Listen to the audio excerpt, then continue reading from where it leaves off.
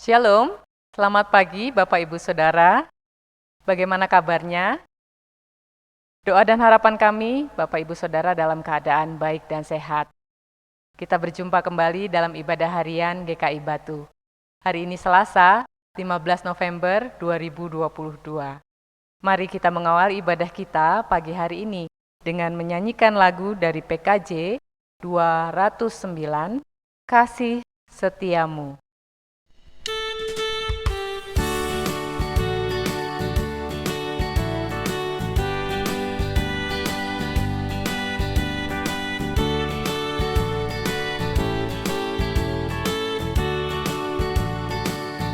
Kasih setiamu sungguh lebih baik, lebih berharga dari hidupku.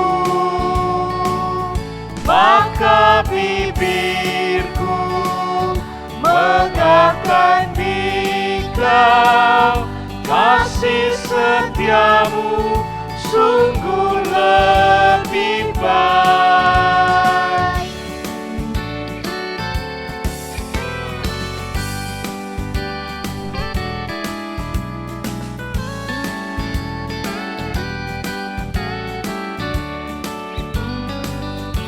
Seumur hidup ku puji Engkau, ku naikkan doa dalam namamu.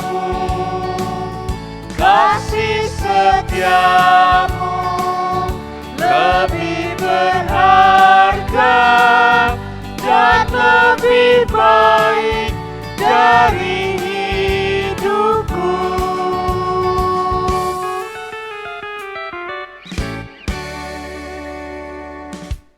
Mari kita satu dalam doa. Tuhan, pagi hari ini kami datang kepadamu. Kasih setiamu yang begitu besar bagi kami, yang melebihi hidup kami. Kami bersyukur Tuhan, dan pagi hari ini kami datang kepadamu. Kami memohon pimpinan Roh Kudus di saat kami membaca dan merenungkan firman-Mu ya Bapa, sehingga kami boleh memahami firman yang kami baca dan kami renungkan pada pagi hari ini. Kami mohon juga Tuhan memberkati hamba-Mu Bapak Pendeta Dwi Santoso yang akan menyampaikan kebenaran firman-Mu. Kiranya firman yang disampaikan boleh menjadi bekal bagi hidup kami, menguatkan iman kami ya Tuhan. Terima kasih Bapa, di dalam nama Tuhan Yesus kami sudah berdoa. Amin. Bapak, Ibu, Saudara yang dikasihi oleh Tuhan, mari kita akan membaca firman Tuhan di dalam 1 Korintus pasalnya yang ke-11 ayat 17 sampai dengan ayat 25. 1 Korintus 11 ayat 17 sampai 25. Dalam peraturan-peraturan yang berikut, aku tidak dapat memuji kamu, sebab pertemuan-pertemuanmu tidak mendatangkan kebaikan, tetapi mendatangkan keburukan.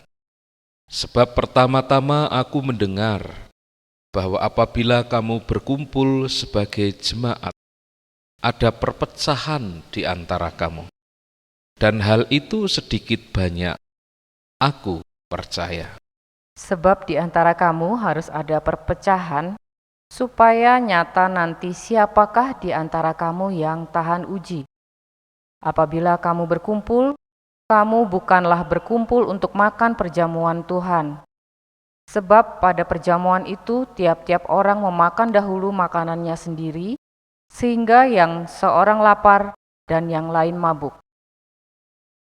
Apakah kamu tidak mempunyai rumah sendiri untuk makan dan minum? Atau maukah kamu menghinakan jemaat Allah dan memalukan orang-orang yang tidak mempunyai apa-apa? Apakah yang kukatakan kepada kamu? Memuji kamu? Dalam hal ini aku tidak memuji. Sebab apa yang telah kuteruskan kepadamu telah aku terima dari Tuhan, yaitu bahwa Tuhan Yesus pada malam waktu ia diserahkan mengambil roti. dan sesudah itu ia mengucap syukur atasnya. Ia memecah-mecahkannya dan berkata, "Inilah tubuhku yang diserahkan bagi kamu. Perbuatlah ini menjadi peringatan akan aku." Demikian juga ia mengambil cawan sesudah makan lalu berkata, "Cawan ini adalah perjanjian baru yang dimeteraikan oleh darahku. Perbuatlah ini setiap kali kamu meminumnya menjadi peringatan akan aku." Amin. Bapak Ibu, saya memberikan judul renungan kita pada saat ini yaitu peduli, berbagi, dan bersaksi. Bapak Ibu Saudara yang terkasih, bencana seringkali menggugah kepedulian masyarakat. Entah itu bencana banjir, tanah longsor, bencana-bencana yang lain termasuk tragedi kemanusiaan. Yang ada di sekitar kita adalah tragedi Kanjuruhan. Dan kita melihat karena adanya tragedi Kanjuruhan itu kemudian masyarakat menjadi terenyuh, iba, peduli, dan empati kepada korban. Terlepas dari apapun penyebabnya, ini adalah tragedi kemanusiaan. Karena itu tak jarang kemudian orang rela berbagi materi, barang-barang untuk membantu korban. Bahkan tak jarang juga mereka yang peduli dan empati melakukan pendampingan sosial guna memulihkan para korban tragedi itu. Saudara yang terkasih, tetapi jikalau kita bertanya, apakah untuk menjadi peduli itu harus melewati bencana atau harus ada peristiwa tragedi tertentu? Tentu bukan seperti itu. Apalagi kita sebagai seorang pengikut Kristus, sebagai seorang Kristen, menjadi peduli dan empati seharusnya menjadi kultur, gaya hidup, perilaku, karakter kita. Apalagi kalau kita mengingat perintah Tuhan Yesus di dalam Injil Yohanes. Bagaimana Tuhan mengatakan di dalam Yohanes 15 ayatnya yang ke-12. Tuhan berkata kepada para muridnya sebagai komunitas Kristen, supaya mereka hidup saling mengasihi. Namun saudara-saudara, apa yang menjadi perintah Tuhan Yesus itu tidak serta-merta terwujud. Terutama kalau kita bicara dalam bacaan kita, yaitu yang ada di jemaat Korintus. Ciri khas itu tidak terjadi. Karena itu kemudian Paulus menegur jemaat Korintus karena mereka tidak mempraktekkan kasih itu. Misalnya tadi ayat-ayat yang kami baca, ayat 18 dan ayat 21. Di ayat 18 dikatakan, jika kamu ada perkumpulan, jika kamu ada berkumpul, maka di sana ada perpecahan di antara kamu, di antara jemaat. Demikian juga di ayat 21. Jika ada perjamuan kasih, tiap-tiap orang memakan dahulu makanannya sendiri, sehingga yang seorang lapar dan yang lain mabuk. Benar bahwa mereka makan bersama, tetapi tidak ada kebersamaan, sebab mereka memikirkan urusan perut mereka masing-masing. Saudara, sebetulnya tentang perjamuan kasih ini adalah sesuatu yang sangat baik, sesuatu yang sudah dipraktekkan, diteladankan oleh jemaat mula-mula, jemaat yang ada di Yerusalem. Kalau kita membaca di dalam Kisah Para Rasul pasal 2 ayat 46, bagaimana jemaat mula-mula itu mempraktekkan kasih yang nyata. Mereka peduli dan berbagi, mereka care dan share. Dengan bertekun dan sehati mereka tiap-tiap hari berkumpul di bait Allah.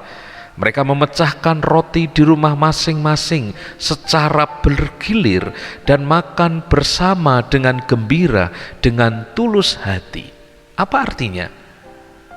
ada persekutuan kasih yang nyata dan hidup.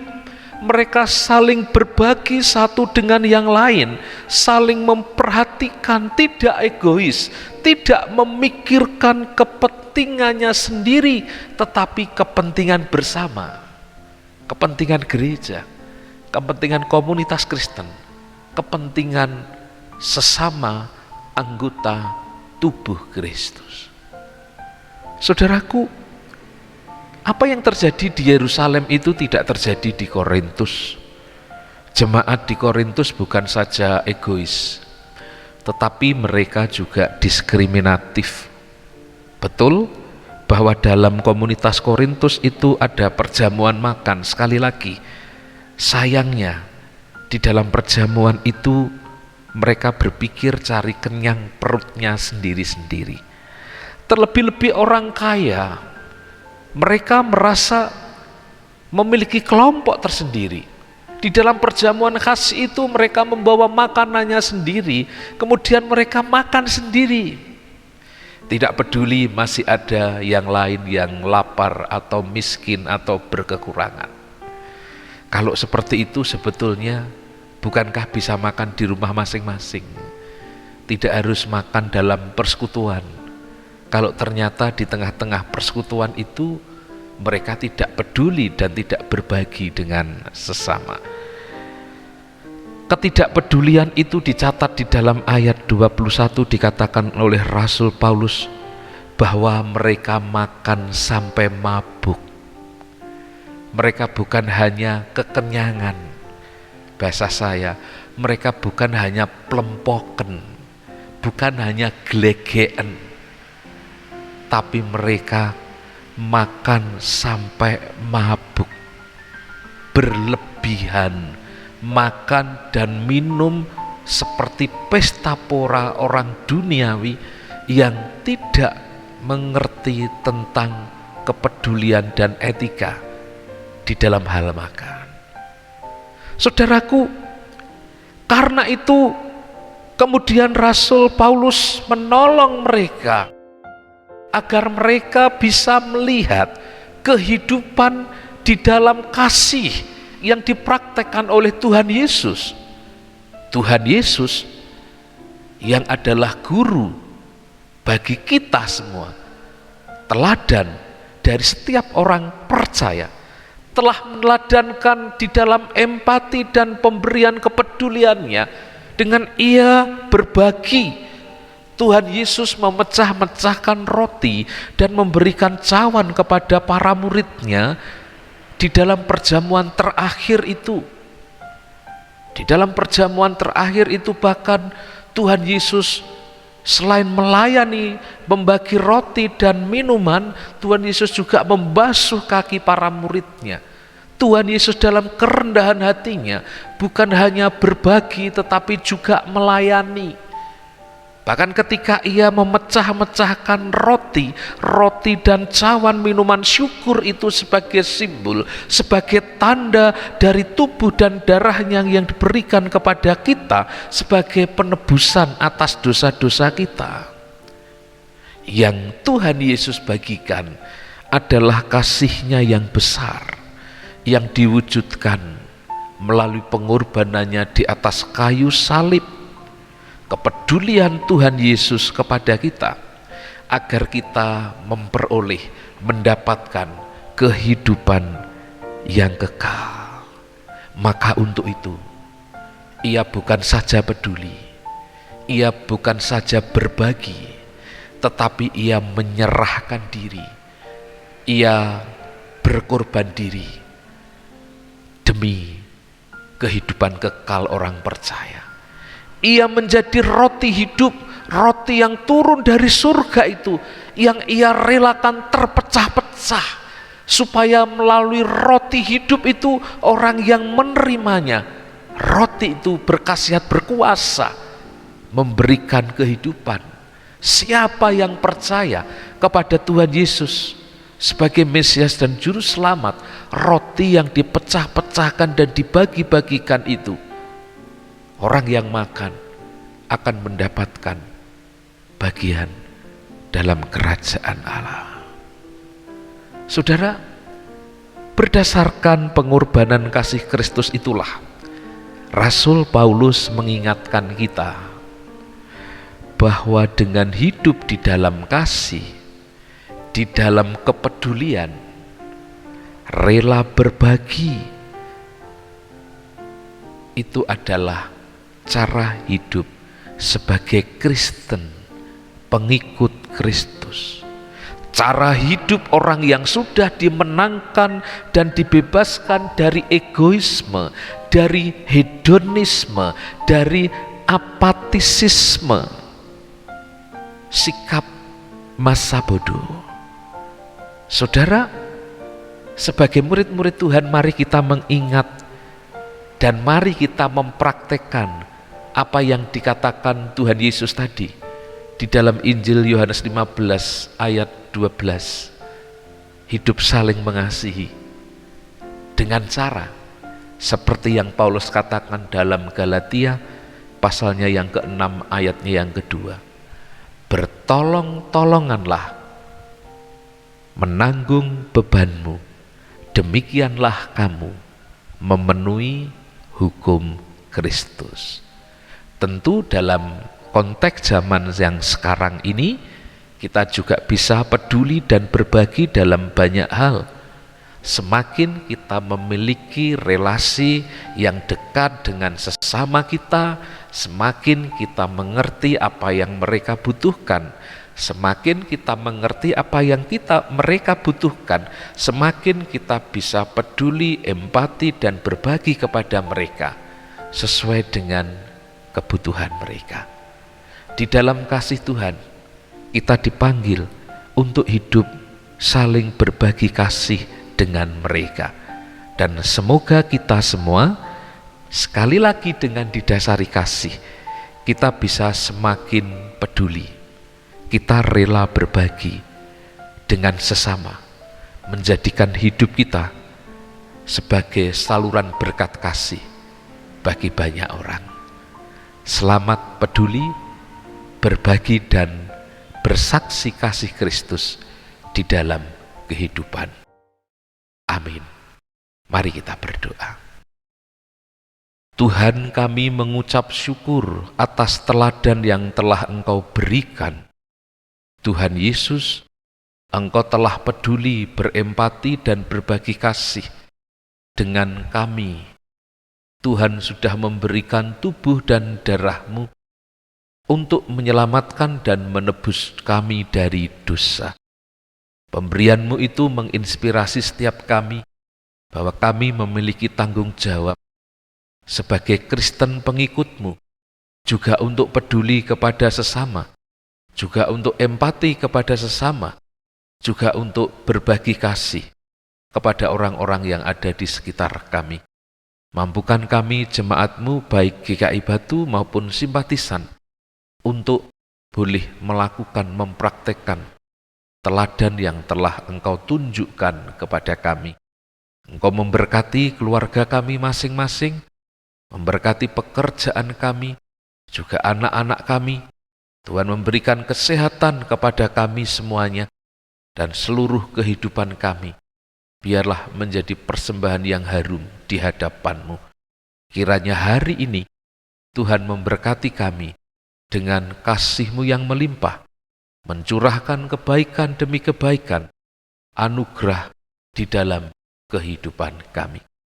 Saudaraku yang terkasih, arahkanlah hatimu kepada Tuhan, sambutlah berkat-Nya. Damai sejahtera Allah yang melampaui segala akal akan memelihara hati dan pikiranmu di dalam Kristus Yesus. Damai sejahtera yang mengalir dari Allah Bapa, Putra dan Roh Kudus akan menyertai kehidupanmu sekarang dan selamanya. Amin. Selamat pagi Bapak Ibu, selamat beraktivitas, salam sehat. Tuhan memberkati kita.